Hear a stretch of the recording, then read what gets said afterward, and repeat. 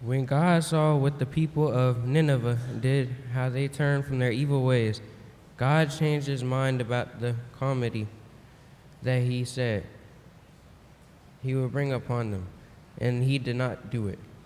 But this was very displeasing to Jonah, and he became angry.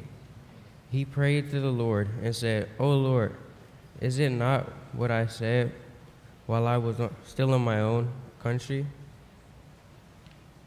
That is why I fled to Tarshish at the beginning, for I knew that you were a gracious God and merciful, slow to anger, and abounding in steadfast love, and ready to relent from punishing. And now, O Lord, please take my life from me, for it is better for me to die than live." And the Lord said, "Is it right for you to be angry?" Jonah went out of the city and sat down east of the city, and made a booth for himself there. He sat under it in shade, waiting to see what would become of the city. The Lord appointed a bush and made it come up over Jonah to give shade over his head, to save him from his discomfort. So Jonah was very happy about the bush. But when dawn came up the next day, God appointed a worm that attacked the bush, so that it withered. When the sun rose, God prepared a sultry east wind, and the sun beat down on the head of Jonah, so that he was faint, and asked that he might die. He said, "It is better for me to die than to live." But God said to Jonah, "Is it right for you to be angry about the bush?" And he said, "Yes, angry enough to die." Then the Lord said, "You are concerned about the bush for which you did not labor and which you did not grow.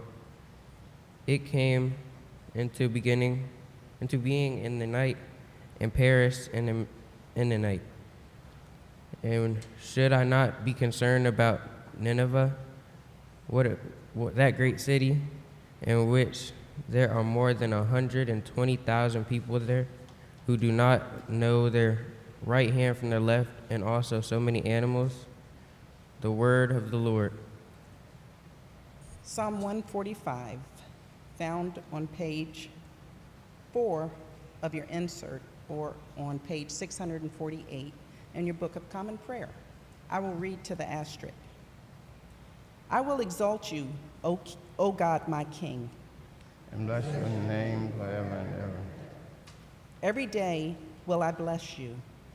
And praise your name forever and ever. Great is the Lord, and greatly to be praised. There's no end to his greatness. One generation shall praise your works to another. And shall declare your power. I will ponder the glorious splendor of your majesty. And all your marvelous works. They shall speak of the might of your wondrous acts. And I will tell of your grace. They shall publish the remembrance of your great goodness. They shall sing of righteous deeds. The Lord is gracious and full of compassion. Slow to anger and great kindness. A reading from the Epistle, Philippians chapter 1, verses 21 through 30. To me, living is Christ and dying is gain. If I am to live in the flesh, that means fruitful labor for me, and I do not know which I prefer. I am hard pressed between the two. My desire is to depart and be with Christ, for that is far better, but to remain in the flesh is more necessary for you. Since I am convinced of this, I know that I will remain and continue with all of you for your progress and joy in faith, so that I may share abundantly in your boasting in Jesus Christ when I come to you again.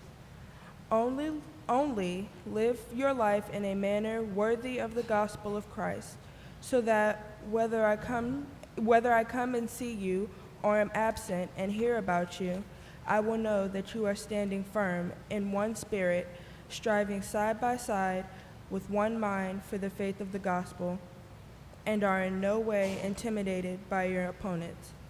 For them, this is evidence of their destruction, but of your salvation. And this is God's doing. For he has graciously granted you the privilege not only of believing in Christ, but of suffering for him as well, since you are having the same struggle that you saw I had, and now here I still have. The word of the Lord.